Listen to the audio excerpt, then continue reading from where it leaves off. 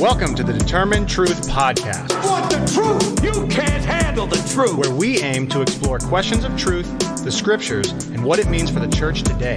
Here are your hosts, Rob Dalrymple and Vinnie Angelo. Hey, welcome in everyone to the Determined Truth Podcast. We're jumping into another interview with a special guest today. So we're really excited about this. Rob and I have both been going through one of his books. I think Rob's done a couple of his books. So Rob, why don't you introduce our guest today? Yeah, I'm really excited to have Dr. Warren Carter. Warren is a New Testament scholar specializing in the gospel and empire. He was born in New Zealand, so if you'll recognize the accent. He's now living in Tulsa, Oklahoma. Dr. Carter has a PhD from Princeton Theological Seminary and a BD in THM from Melbourne College of Divinity in Australia. He's an ordained New Zealand Baptist minister with a membership in the Disciples of Christ. And Dr. Carter is currently the LaDonna Kramer Minders Professor of New Testament at Phillips Theological Seminary. And before coming to Phillips in 2019, Warren was on the faculty of Bright Divinity School in Fort Worth, Texas, where 4 times he received the Louise Clark Britton Endowed Faculty Excellence Award, which is an award voted on by the student body. I think that's actually something very special. So his writings include The Roman Empire and the New Testament, an Essential Guide, which I think we would highly recommend. He's also written John and Empire, Matthew, Storyteller, Interpreter, and Evangelist, a book on Pontius Pilate, Portraits of the Roman Governor, another book on Matthew and Empire, another book on Matthew and the Margins of Religious and Social Political Reading. So we've been kind of doing the New Testament, Matthew, Mark, and Luke. We're ready to investigate into the Gospel of John. And we thought Dr. Carter would be just perfect now as we finish the synoptics and segue into the Gospel of John to discuss this issue of empire and the Gospels and the story. So Dr. Carter, Warren, thanks for being with us. You're welcome. Thanks for having me. So let's begin. In your book, The Roman Empire and the New Testament, you state this. You say, this book clearly rejects the notion that Jesus and the New Testament writings are not polemical. When Jesus declares in John 18:36, my kingdom is not from this world, you say that he does not mean, as many have claimed, that Jesus doesn't care about Rome's empire or is only interested in spiritual realities. His claim is about the origins of his empire, or empire as being from God. I give you that quote because I recently had a conversation, kind of a text dialogue with a pastor not far from me. And he says, Jesus didn't really seem to be concerned with overthrowing the Roman Empire. He seemed to be concerned about working within the systems of the world. And I think we should be working within their systems. And he meant especially, of course, the American system. So with that in mind, can you give us some thoughts on this? Yeah, thanks. We have to remember, I think, of course, immediately that the first century world is not 21st century American world. Right. And if you wanted to make any changes in the first century world, then you didn't have any of the accesses to power that we might have or might think we have in the 21st century. You know, there was no social media. There were no options of getting a petition. There were no options of staging those sorts of activities. So we have to remember that we're dealing with a very different world and with very different processes, very different traditions. So that's the first thing. Second thing I think is really important is that the Jesus of the Gospels is an eschatological or teleological thinker. Real quick, could you just define teleological? Yeah, I like the word teleological because it comes from the Greek word telos, which means a goal. And I like it better than the word eschatology because eschatology is often interpreted as the end of the world. Right. In fact, in the Gospels, there isn't an end of the world, but there is a goal, a telos, to which God is working in terms of the establishment of the divine purposes.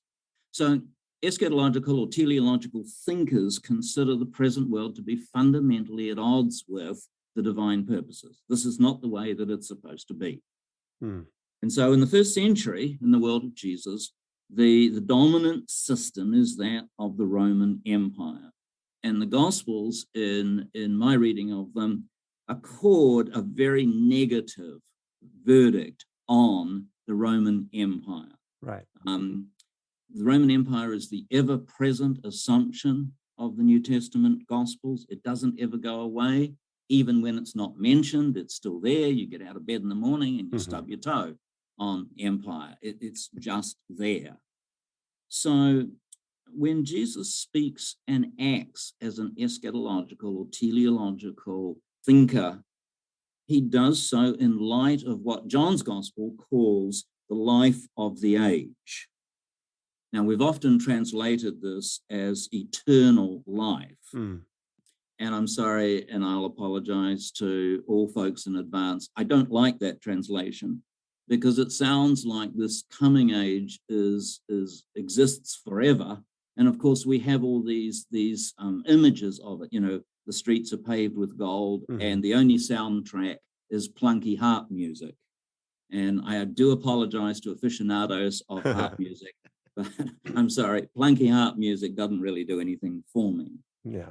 Rather, what we do have in the traditions, both in the gospel and in some Jewish traditions and in Hebrew Bible traditions, are some images or some pictures of what this life of the age looks like. We can go back to Isaiah, we can go through Enoch, we can go through 4th Ezra and 2 Baruch, but these folks envision a very material and physical world, a world that they envision to comprise good health and healed bodies, a world of abundant fertility, where all the crops grow and everybody has access to abundant food, where there's peace among the nations, where there's justice, where the animals all get along together as well. You know, the lion and the lamb lie down together without the lion thinking, you know, snack. You know, so it's this sort of very material world that is the life of the age. And so I think what we see in the Gospels is that Jesus' activity is lived out and presented in the light of this goal. Now, what can a peasant artisan from Galilee do in the first century with charismatic powers? So he heals folks. He feeds folks. That's what the feeding of the 5,000 and the feeding of the 4,000 is about. You know, it's not just bad over catering. It's abundance. It's plentiful because it prefigures, it anticipates the abundance and the fertility of the age to come. You know, he exorcises demons, although of course he doesn't do that in John. I mean, this is not just razzle-dazzle. These are demonstrations. These are pictures. These are anticipations of the age to come. These are acts that repair the damage of Roman power. They roll back the damage of Roman power as much as one figure can do. And then, of course, he commissions followers, disciples, to do these greater works, to continue to do the same sorts of things. And the great irony of all of this, of course, is that in the end, it is the empire of God that is established. The Gospels struggle to imagine any other sort of world other than an imperial world. And of course, you know, an empire ruled by God is infinitely preferable to a number of empires ruled by a number of other characters. I understand that. Right. But ultimately, the Gospels still trade in an imperial vision. You know, if you don't like what God is doing in the final judgment, then, you know, it's the chop for you, which is how empires have always operated. Is that why you use the word empire then when you're talking even about the Lord's Prayer instead of kingdom? Yeah. Okay. The Greek word basileia has troubled interpreters, how to translate the thing. And some scholars don't, which is the easy way out, just to leave it as basileia and write it in English text. But folks have tried a number of options. Kingdom has been an option. The reign, the rule have all been options. I don't like kingdom because I think it's a very antiquated sort of word. You know, it's not a word that used much in contemporary speech. And for me, it kind of evokes knights on shining armor, you know, running around, having a go at dragons with castles in the background and damsels leaning out the window with hair coming down to the ground and shrieking, you know, as background noise. I don't believe that the work of God is a fairy tale. Right. So I just don't find it helpful. So I've chosen to go with empire because it is obnoxious. You know, it's in your face. And that means we have to think about it. It means we have to think about the sorts of presentations that the Gospels are making. What are we praying for in the Lord's Prayer when we pray, you know, your empire come? Will be done on earth as it is in heaven? You know, that's a very imperialist vision, that in heaven already God's will, God's empire is established. And we're asking that God will extend that to the world. It's also interesting because I had never heard that phrase empire used, but it does create a really nice juxtaposition against the concept of Roman Empire versus the empire of God, if that's what Jesus is talking about. So I think it does create an interesting parallel there. Right. Yeah, it's both a juxtaposition and an imitation. Mm-hmm. It does both of those at the same time. And that's a sort of a further piece of its troubling, in-your-face sort of dimension. Yeah. The Lord's Prayer, you can rattle through it in about 7 seconds. And, in a good Sunday morning, 7 seconds well spent. But if we want to think about what we're actually praying, then the language, I think, of empire stops us. Yeah. Gets our attention. One of the things that we've been really trying to do is stress that religion and politics are not separate things. But I believe, especially in the evangelical world, we just think of what the Bible is doing as something completely different. It's all spiritual. It's all religious, right? But you note in the Roman Empire and the New Testament, an essential guide, your book, you say people got crucified not because they were spiritual, but because they posed a threat to the Roman system. How might you expand on that, and especially for our listeners who might be new or just being introduced to the idea that there isn't really a separation of church and state here? What are different ways that they might think about that? Yeah, we have to think about this world as this world of the first century, the world that the Gospels encode, imitate, critique. We have to think of this world as a very unified sort of world. We don't have this separation that we at least pretend we have in our own world of separation of church and state. There's no such deal in the Roman world. It's all rolled into one. So the Roman world is very much a world of domination. Domination is achieved through a number of means: taxes, military power, alliances with local groups, and all that sort of stuff. But also, it's sanctioned by an appeal to the will of the gods. The Roman poet Virgil writes this great long poem called the Aeneid, and part of the function of that great long epic is to display Jupiter's sanction for the Roman Empire. Jupiter says in book 1, I give them empire without end. And it's the divine will that is being enacted through the means of Roman power.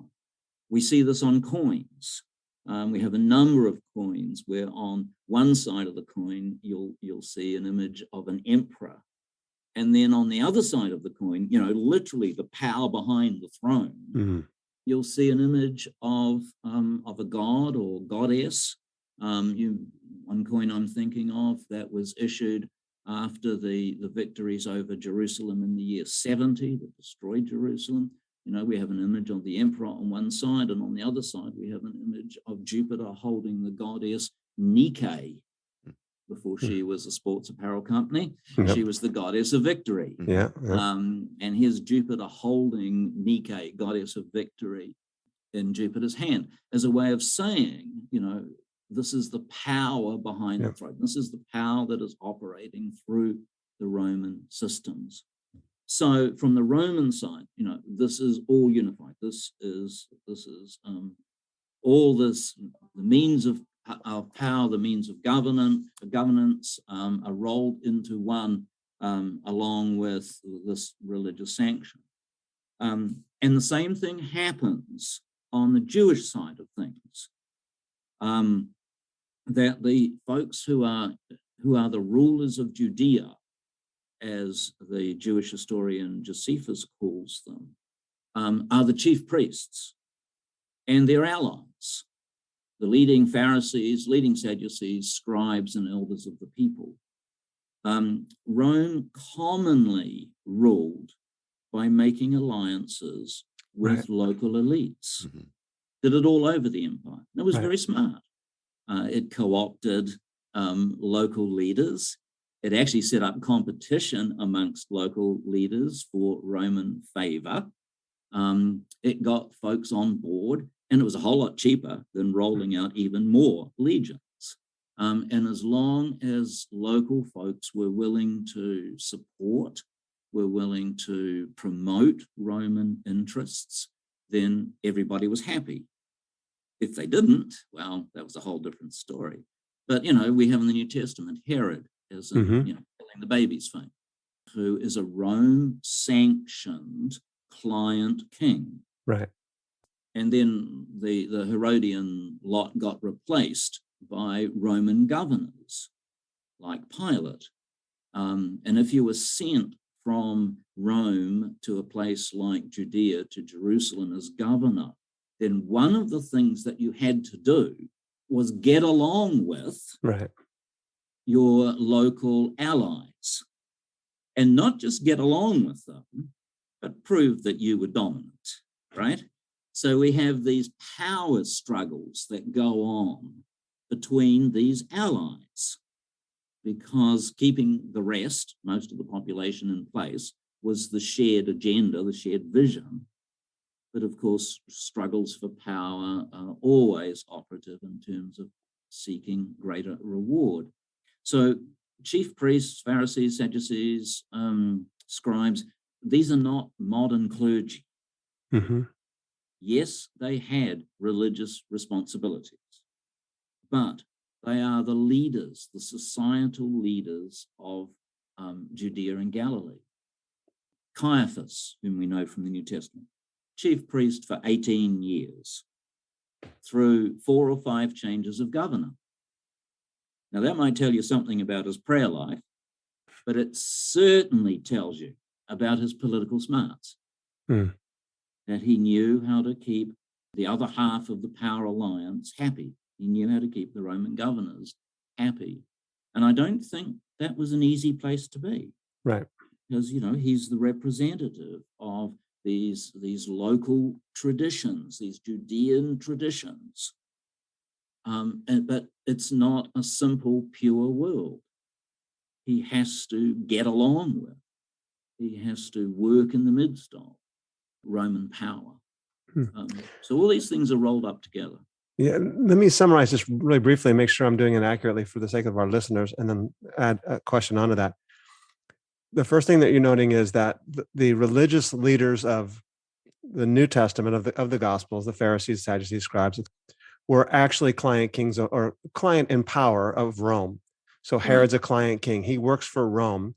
And thus the clash with them is not a religious clash as much as it is a political clash of empire and reign.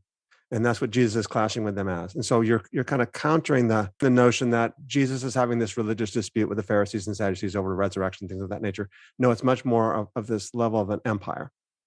And then the way I would say is that I don't like the language of religious leaders, because that I think is misleading. It makes us think in terms of local clergy. So I prefer to think of them as societal leaders. And I think the fundamental clash between of Jesus with these folks is over societal vision and practices and strategies. I can give you an example if you like. Sure. So the clash over Sabbath, and we have a number of these scenes in the Gospels. What's at stake there? Well, it's not a question of do we observe Sabbath or not. That's not the question. Of course we observe Sabbath. If it's good enough for God, then it's good enough for us. Simple as that. The clash is over how Sabbath is observed, because Sabbath is not just a religious practice. Sabbath is a societal practice. And it might be okay for elite folks to say, yep, we're going to have a day without work and everybody's going to comply. But if you're amongst the majority poor, most of whom function around subsistence level and, waver a little above and a little below, depending on time of year and crops and work availability and that sort of stuff, you don't have the luxury of taking a day off work. I mean, you work today so that you can go to bed tonight and get up tomorrow morning. So having a day of rest as the norm is simply not going to work for much of the population. And so Jesus' teaching against that vision of doing nothing is actually a vision of mercy, that Sabbath is about doing mercy. And if that's about working in order to survive, then that's an act of mercy. If it's, the guy whose sheep falls into the pit, that's his livelihood. One sheep. He's not a rich guy. It's not a whole flock. Of course, he's going to get it out on Sabbath because that's his livelihood. That's what he has to do. That's an act of mercy. To demand rest is actually oppressive. It's not an act of mercy. Likewise with the healing, Matthew chapter 12, the healing on the Sabbath, the guy with the withered or the dried up hand. In a society where manual, what you did with your hand, manual labor was everything, then healing the guy on Sabbath is an act of mercy. Yeah. Now he can go to work tomorrow. Now he can go to work. He can get out of whatever situation he's in. He contribute to whatever household he has, whatever. And unfortunately, the Gospels don't elaborate those sort of after effects. But if we understand anything of that society, he can now do some work. The other thing I hear you saying also, just want to clarify that I'm really excited about, because I'm like, yes, this is exactly the point, is that if I can use the word battle or war or contest or conflict, is between the empires of the world and the empire of God, and that the empires of the world are ultimately empowered by divine sanction. And that it's this divine sanction of those gods versus the divine sanction of God's kingdom or of God's empire. And I know you've written a work on the book of Revelation, and we won't go there now, but that's obviously where my cup of tea is, right? Because I think that's exactly the conflict that's happening there, right? It's that the dragon is the one who empowers the beast. And I think that, and we're going to get to this later on, so I won't skip there too quickly now. I think that really is this where we need to frame this whole concept and whole conversation of empire. So let's go there later. Let me comment now, or just kind of ask you now and say this, and that is Greg Carey, and there's a new book out called The State of New Testament Studies by Scott McKnight and Ninjay Gupta. And early in that book, Greg Carey wrote an article, and he comments that the living standards rose when empire flourished. Even in the provinces, standards of living seem to have increased. He says former generations of scholars argued that taxation from Rome and Jerusalem impoverished ordinary people in Judea and Galilee, displacing many from their homes, but that view has not withstood scrutiny. So can you comment on that and what your thoughts on that are? Do you agree with that, and how does that play into this conversation? No, I don't agree with it. Okay. Yeah, I didn't think so. I think it's a little bit of wishful thinking, actually. There's a lot of debate about the archaeology in the Galilee as to what it tells us. And I kind of follow this debate because I'm interested in it. And I think the archaeology in and of itself is difficult to interpret. And it has to be interpreted. And so folks interpret depending on what sort of models they bring to the data.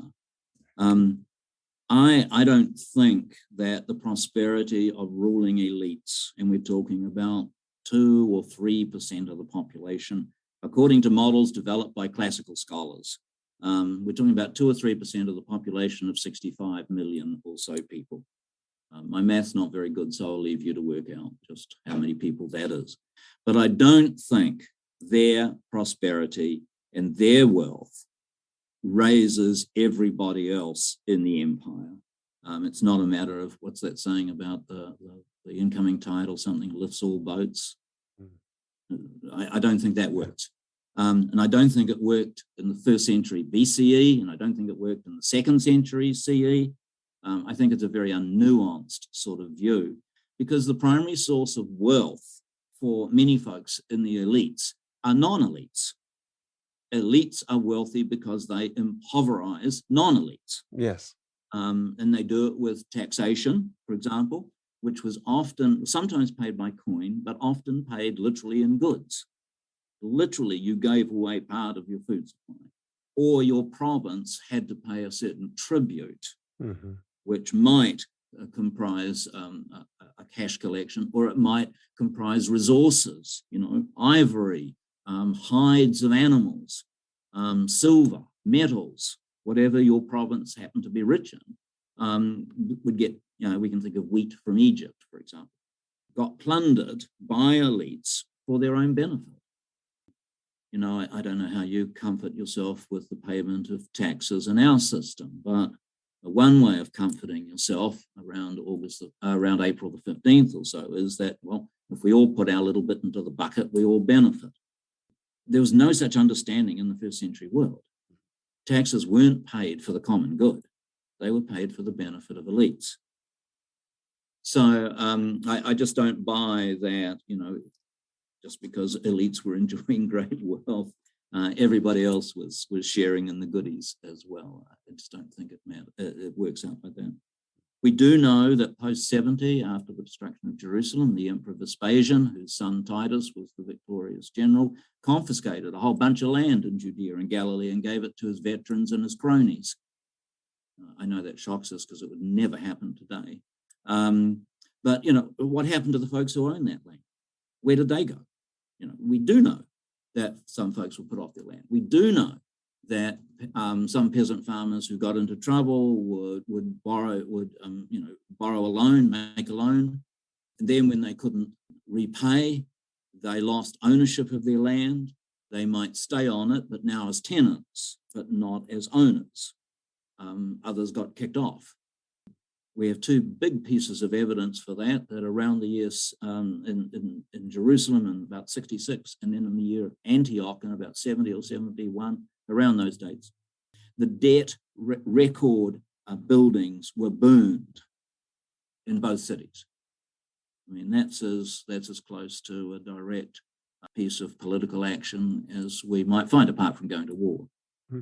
That folks were indebted, and if you can burn the records, then you're not in debt anymore. If the computer crashes, then you're okay. So I just don't buy that. That's a view that really holds up. Okay. So we've kind of hinted at this, but in this show, we haven't really talked about patronage and how it relates to the New Testament. But, as an expert in ancient Rome, could you provide, your understanding of patronage and how it enlightens our understanding of the New Testament? Yeah, patronage has been a model that folks have borrowed and applied to the New Testament in several ways from the Roman world. But often what has bothered me about the use of the model is that it's sort of been cut out from the much larger framework. And we have to, it's kind of like pulling a thread and trying to leave the rest of the stuff behind. Patronage was a fundamental structure of the empire. It was a vertical power relationship. It's often, I've seen it presented as kind of nicely benign. Yeah, I'm sure it was benign in some ways, but fundamentally it is a vertical power relationship, and it can operate right across the whole system. The biggest patron of all, of course, is the emperor. And then other folks in the elite senatorial and decurions and cities can enter into patronage relationships as well. It's a fundamental vertical power relationship. And if you have patrons, you've got to have clients. And so clients are folks who become dependent on patrons for goodies in various ways. Might be gifts of food or even money. But also clients do things on behalf of their patrons. So one of the things that you did as a client was you turned up to your patron's house in the morning, what was called the Salutatio. The patron got out of bed, you wished him, usually a happy day. You made sure that his coffee was brewed appropriately, got him a donut, whatever. And then the patron dished out the goodies. It might be according to your skill level or lack of. It might be that a doorpost needs fixing in his house. It might be that a certain load of stuff needs being brought to his house. Or it might be that with folks with greater skills, you send a couple of people off to do a business deal for you. So your power gets extended. Also, of course, the number of folks who turn out for your morning Salutatio says to other people how much power and prestige and wealth, etc. you have. If you have a lot of folks who turn out, then obviously you're more important than if you just manage a couple of folks. But it's not just one-way traffic. It works the other way as well. Clients clearly benefit from these services and goodies that are dished out. But in turn, the benefits come at a price. They always do. And it's the price of loyalty. You have to talk up your patron. You represent your patron in every which way possible. You pay honor to your patron. That's what the morning Salutatio is about. So it works both ways in terms of prestige for the patron, and it works in terms of goodies, benefits for clients. So some folks have applied this to the New Testament texts in a couple of ways. I think we have this structure built in to the texts so that when Jesus calls disciples, for example, some folks have said they're entering into a patron-client relationship. They bring honor to Jesus, but in being commissioned to go and extend Jesus' ministry, they extend his influence. We see the same thing with God. God provides certain benefits, and believers honor God or worship God in return. So we've got that reciprocity, that mutuality. Some folks have applied the pattern to Paul in terms of founding communities. He tells the Corinthians that I am your father. He brought them into existence, so he has certain authority. He has certain benefits that he can bring to them in terms of the gospel, but they are obligated to bring certain honor to him. And of course, one of the problems in 1st and especially in 2nd Corinthians is that he doesn't feel he's being honored appropriately, and he needs to sort that situation out. So one of the things that I see in my studies, especially in the book of Revelation, where I kind of land, is the fact, and I think you see this in the book of Daniel, I think you see this throughout the entirety of the scriptures. Obviously, that's what I think the Pentateuch is about as well, and even the creation account in Genesis chapter 1, is that there's this cosmic war going on. So I don't know, talk to me a little bit about that, what you think the role of that conflict is here in the larger scale things. Yeah, I think we have to distinguish the synoptics and John in terms of thinking about this. So let's do just for the listener's sake, the synoptics are Matthew, Mark, and Luke. Matthew, Mark, and Luke, and then John's Gospel. So let's do the Matthew, Mark, Luke thing first of all. As I said, the Roman Empire presents itself as sanctioned by their gods. Mm-hmm. Jupiter and goddesses like Nike, to use the Greek word, Victoria, to use the Latin. And so it's an understanding that by being pious, by observing, honoring the gods will then bless Rome and military victories and prosperity for elites, those sorts of things. I think the Gospels have the Synoptic Gospels, Matthew, Mark, and Luke, have a really, really trenchant critique of that. You'll remember that in Matthew and Luke, we have this temptation story before Jesus actually begins his public ministry. It's in Luke chapter 4 and it's in Matthew chapter 4. And the devil makes these offers to Jesus, do these things and you'll have great rewards. And I think the fundamental point of the story is that Jesus is going to be the agent or the one who acts on behalf of God. And so even though the devil comes up with a really good idea, like let's take stones and turn them into loaves of bread. I mean, I think that's brilliant. I think it's an absolutely incredible suggestion, because lots of folks in the ancient world struggled with food insecurity. Mm. Gosh, if you could turn every stone into a loaf of bread, I mean, what a winner that is in our own world. But I think the real point of it is, even when the devil comes up with a good idea, Jesus says no, because I'm God's agent, not yours. I don't take my suggestions from you. One of the things that the devil offers to Jesus, if you fall down and worship me, I will give you all the empires of the world. Right. And I think that is an incredibly snarky critique. It's a blatant critique. Yes. Because the dominant empire of the world is Rome. Mhm. Yes. And the Gospels are saying, here it is in the hands of the devil. Yes. This is the devil's world. And the devil has control over it. And Jesus says, no, I'm not going to do that. That, I think, frames the context then in the Gospels for all the exorcisms, Mm-hmm. right? So Jesus is constantly casting out all these evil spirits that are responsible for all sorts of things. And we know from the ancient world that there's a whole, I don't know how to say it, there's a whole empire around evil spirits. And, and we have documents that sort of provide job descriptions for different demons. Mm. Different demons cause different sorts of problems. And so all the exorcisms just continue this fundamental rejection of the devil's control of the Roman world. The healing of sick folks, for example. So that's a major, major struggle through the whole of Matthew, Mark, and Luke, where Jesus engages in this constant struggle throughout.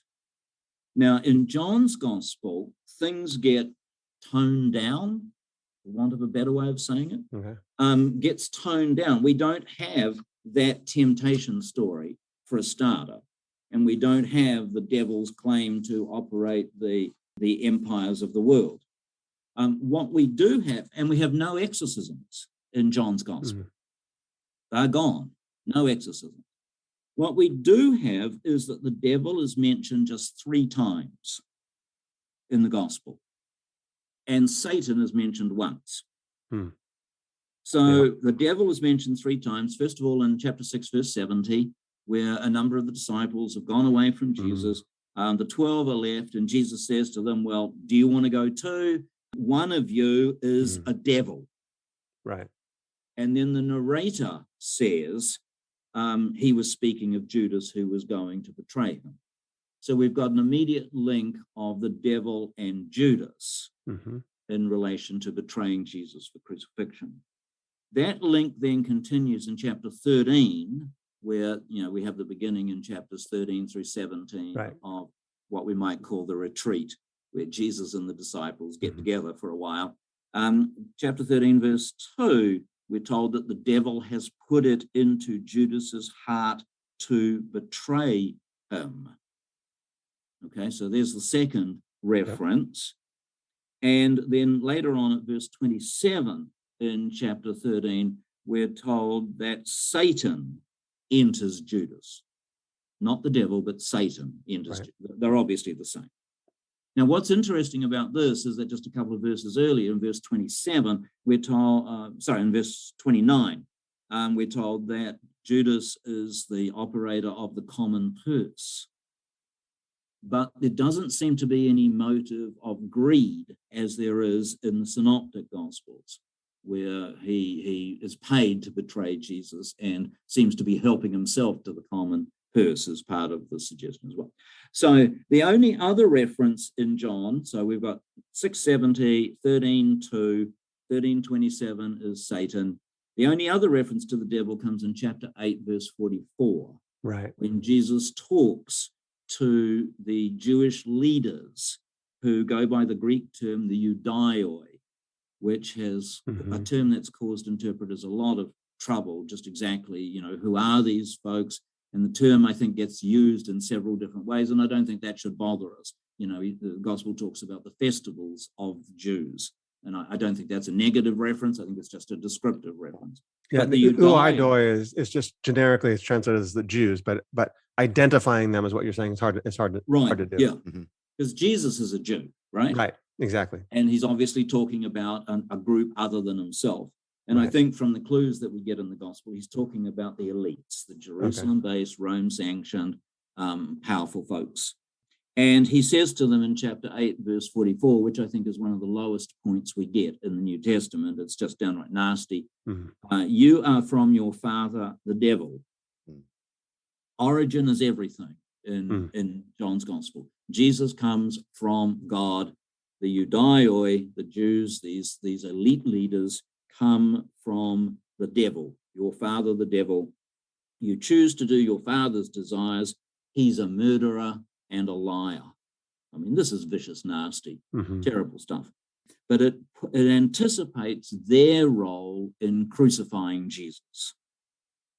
So in John's gospel, I think the whole thing is played down, but it's crucial for its alliance, the devil's alliance with Judas and the devil's alliance with these Jerusalem, Rome allied leaders who put Jesus to death. So I see different emphases and different heightening of attention. But both of the Gospels would agree that the devil is at work in opposing Jesus and ultimately seeming to triumph in having him killed. Right. Of course, the Gospel says that's not the end of the story. Right. That's a false victory. Right. With resurrection. So let's go then, if we can, and take this more application to the present day then. One of the reasons I think that Jesus came to be the king and was crucified is so important is because it reminds us that Jesus is the king today and that he demands exclusive loyalty. Yet it seems that many Christians, especially in the United States, seem to embrace notions of Christian nationalism. So what do you have to say to that? Just a couple of things, I think. I'm not very comfortable with the expression of exclusive loyalty. Okay. Partly because I think, as human beings, we have multiple loyalties and multiple demands. Now, out of those, of course, it's a matter of ranking them, right? Yes, right. So we might have ultimate loyalty rather than exclusive loyalty. And I don't think that's just to be picky. Fair enough. I think that's more helpful. I mean, I remember as a kid as a young person, hearing lots and lots and lots of sermons about, having to be exclusively loyal to Jesus. But I never knew what that meant. I never knew what it looked like if I ever should attain it. Yeah. How would I ever know? Because I still had to, go to work tomorrow, and still had bosses who tell me to do things. I mean, what should I say? You're not the boss of me, Jesus is. Well, that would get me fired in about 2 minutes. So, so I don't think it's picky, and I think it's more helpful just to think in terms of, and I like to think in terms of a determining story. The gospel is our determining story. It's the framework, which has ultimate loyalty as followers of Jesus. But within that context, we get to think about how we negotiate all sorts of other things that involve us as human beings. So one of those is how do we relate to the nation state? I hear in your question some real concern about this sort of nationalism and American exceptionalism. I mean, I'm a foreigner, so I'm allowed to say these things. That's right. I'm not allowed to say these things. Yes. But it really bothers me. It really bothers me that this close alliance. I can reference a political advert that we have going on in our state at the moment with a particular candidate for office, trumpeting how he has resisted socialism, whatever that means. But he's been a lover of Jesus. Now, I know what his voting record is on anything that might provide any support for the poor and the vulnerable. He's voted against it. So maybe that's what he thinks socialism is. I don't know. He doesn't ever define it. But, there's a whole agenda going on there, and there's a whole appeal, of course, going on there as well, that somehow Jesus is opposed to socialism, which might be understood to be caring for people and providing folks with access to what they need. That doesn't line up with what the Gospels want us to buy into. So I don't think there's any in the Gospels, I don't think it legitimates a cozy relationship, an easy relationship with nationalism or American exceptionalism. I think rather, Jesus is crucified by the state. Right. Jesus didn't cozy up to it. Jesus said about repairing its damage, rolling back its impact on folks. And of course, in the Gospel of Matthew, we have all this accountability in the final judgment, and there's just one question. How did you provide for the vulnerable and the weak and the poor? When did you clothe the naked and feed the hungry and care for the sick, visit the imprisoned? These are the vulnerable folks. That's the ultimate goal.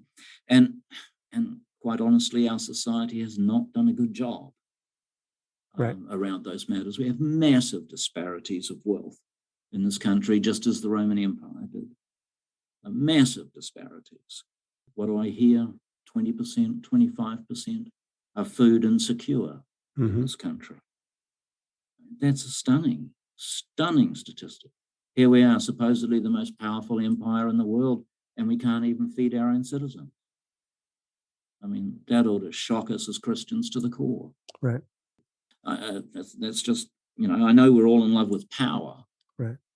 But, how power is used and who has access to resources and all the rest of it is crucial. So I think, the gospel story ought to help us to think about, if we read it in the ways that I've been suggesting, as a engagement with empire, rather than just sort of a nice little cozy religious spiritualized story.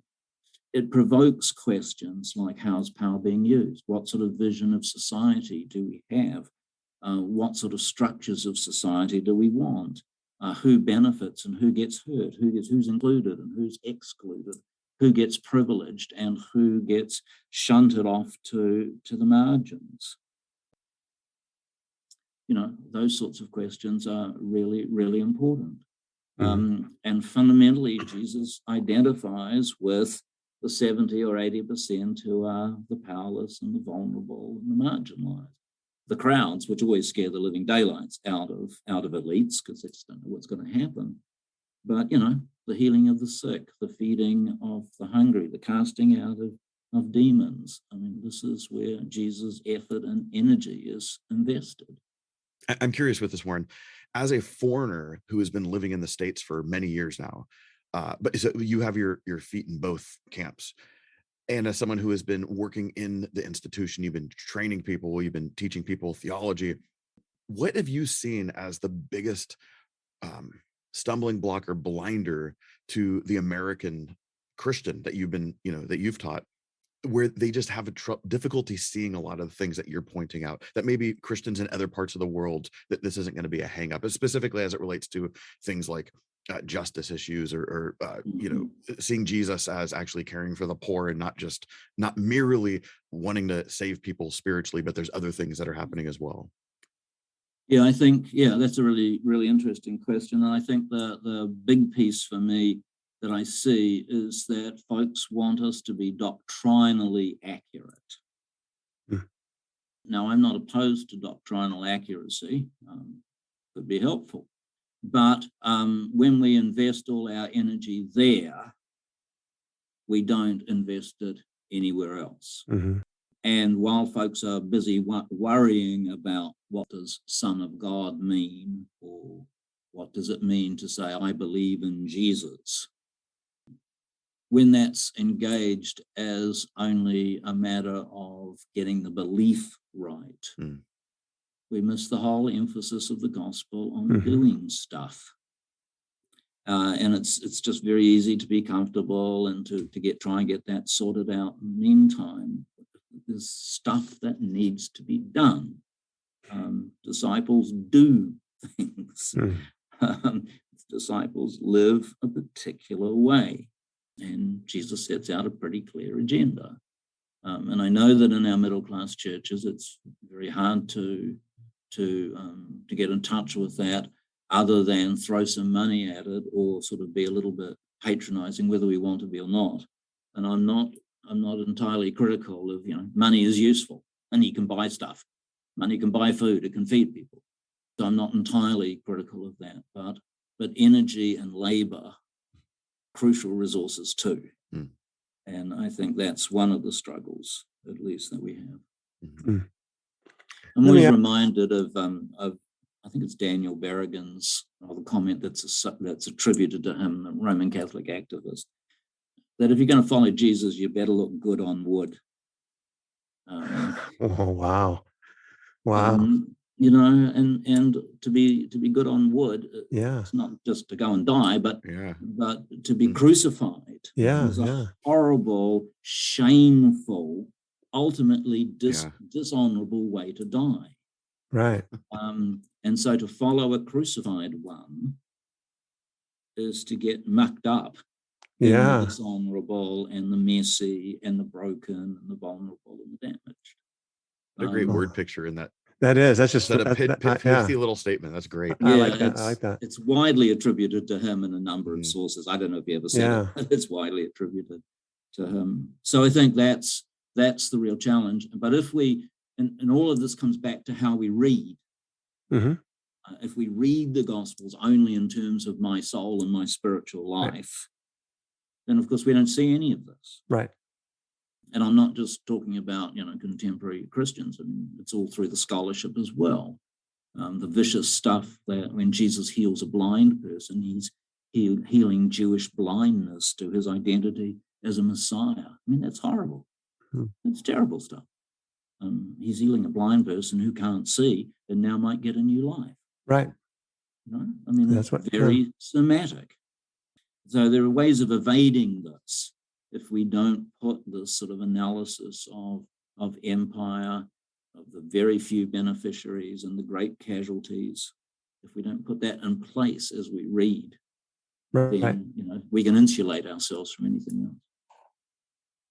This is great. This is excellent stuff. I think we have to learn how to read the Gospels, I think the entirety of the biblical text, in light of competing empire. Because I think even when you were talking a little bit about doing things for the poor and things of that nature, and the political person in your area, I think people hear that and they think, oh no, what is he saying? And what does that mean from, in terms of how I vote, in terms of this political agenda, that? It's like, no, I have to understand that Jesus's kingdom is a counter agenda that transcends all these different political ideologies and things. It goes way beyond socialism and communism and capitalism, etc. It's counter to them all. So we need to figure out how to get beyond these categories and looking at Jesus in this light of his kingdom or his gospel and his empire. I think your works have just done a great job for that. They've been really helpful for me in helping illuminate the New Testament as I read and study and teach. So I want to thank you for that. Anything else that you want to add or clarify before we end? Yeah, it'd be really nice to talk about Revelation sometime. Yeah, exactly. I'm writing a commentary on the book of Revelation right now. I don't know if you know that. The title of my commentary right now, this is just a side note here, is Revelation, a Love Story. And I'm arguing that the gospel of the kingdom is this gospel of lay down your lives for the sake of the nations, and the nations are redeemed through the sacrificial love of God's people, not through the acts of wrath. And that wrath is what the kingdoms of the world do, or the effects of what appears to be wrath is actually what happens when the kingdoms are in power. And that's just them being them, and God saying, okay, I'm not gonna end all this and bring justice as the souls on the altar are crying out for justice. Like, not yet. Because the nations have been redeemed, and the nations are redeemed through the sacrificial love of God's people when they lay down their lives for the nations and the two witnesses. So I'm picking up a lot of that theme, and a lot of what you're saying fits in with this. And just a side note, for me, when I got in the book of Revelation and you're confronted with Revelation 11, 12, and especially 12 and 13, you're thinking, hey, wait a minute, what does that mean for the empire that I live in? And so I began thinking this way 25 years ago as I began contemplating, the empires of the world are ultimately empowered by the dragon, and we need to look at that from that perspective. So number of your books been really helpful in just helping me grasp that now into a New Testament studies. So I want to thank you for that. So I want to thank you for your time. Pleasure. Thanks for the invitation, and it's good to meet you, even if by Zoom. Yeah, very good. So anything else, Vinnie? No, I would just say I would encourage our folks, check out, Warren has a number of books out. I think probably a good introduction might be, the Roman Empire and the New Testament, an essential guide. Yeah. It's somewhat scholarly, but I think it's pretty obtainable, by the layperson. So that would be a good one if you're interested in a lot of what we've talked about today. I'll put that in the show notes, the link for that. So thank you very much. So well, thank you, Warren, for hanging out with us. It's been awesome to finally meet you and talk with you, and I had a great conversation. Hopefully this is blessing everyone. continue to check out what we're doing as we're reading through the Bible or reading through the New Testament in a year. Hopefully these have been continued to help you. I'm going to get that title right at some point. I flub that one every time. But hope you're enjoying this, and hope you're excited as we launch into our John series. We'll see everyone soon. Thank you for listening to today's podcast. Please subscribe to and like our podcast. You can follow Rob's blog at determinedtruth.com or purchase his books on amazon.com. See you next time.